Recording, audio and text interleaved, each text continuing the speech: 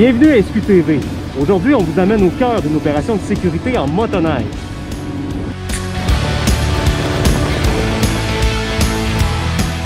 Avec moi, le sergent Carl Soucy, qui est coordonnateur au service récréo-touristique de la Sûreté du Québec. Carl, qu'est-ce que vous faites actuellement? C'est quoi ça, l'opération Impact? L'opération Impact, c'est une opération où on se déplace en région pour venir s'assurer que les gens ont un comportement sécuritaire en sentier. On intervient principalement près des axes routiers avec l'objectif de vérifier, s'assurer que les gens ont leur droit d'accès, s'assurer l'équipement de sécurité sur la motoneige. On contrôle aussi la vitesse et le respect de la signalisation.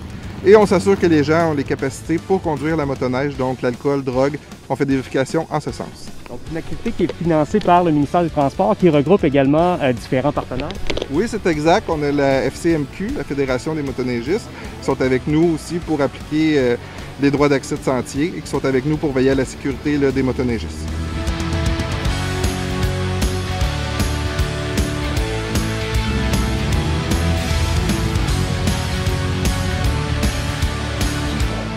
Carl!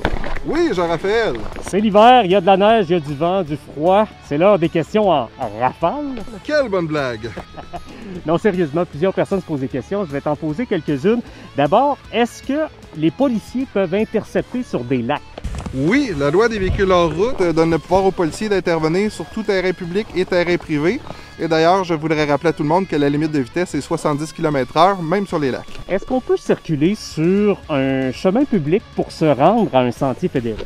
On doit se fier à la signalisation. Il y a quelques exceptions au Québec, certaines municipalités qui permettent de circuler partout à motoneige. Sinon, on se fie à la signalisation, qui prévoit entre autres qu'on peut se rendre à une station-service ou un commerce à moins d'1 kilomètre du sentier. Sinon, il faut vraiment se rapporter à la signalisation. Que ce soit sur un lac ou sur la terre ferme, est-ce qu'on peut circuler hors sentier? Il y a certains endroits qui sont prévus où on a la permission de circuler. Sinon, on doit s'assurer d'avoir l'autorisation expresse du propriétaire des lieux pour circuler. Est-ce qu'on peut consommer de l'alcool et conduire une motoneige? Les mêmes règles qu'en auto s'appliquent, donc c'est la limite du 0.08. Par contre, c'est fortement recommandé de ne pas consommer d'alcool, étant donné qu'on a besoin de toutes nos capacités pour conduire une motoneige. C'est une activité très physique. Est-ce qu'un enfant peut conduire une motoneige? À partir de 16 ans, on peut conduire une motoneige. Par contre, de 16 à 18 ans, ça prend une carte de compétence pour pouvoir la conduire.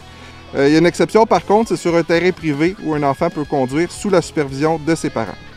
Finalement, est-ce qu'un enfant peut prendre place sur une motoneige? Oui, un enfant peut prendre place. Par contre, ce que la loi prévoit, c'est que l'enfant doit faire face vers l'avant et que ses pieds doivent être sécuritairement appuyés sur les marchepieds. Donc, étant donné qu'on peut avoir à faire des manœuvres brusques et des freinages, il faut que l'enfant soit solidement les pieds apposés sur le marchepied pour qu'on soit en toute légalité.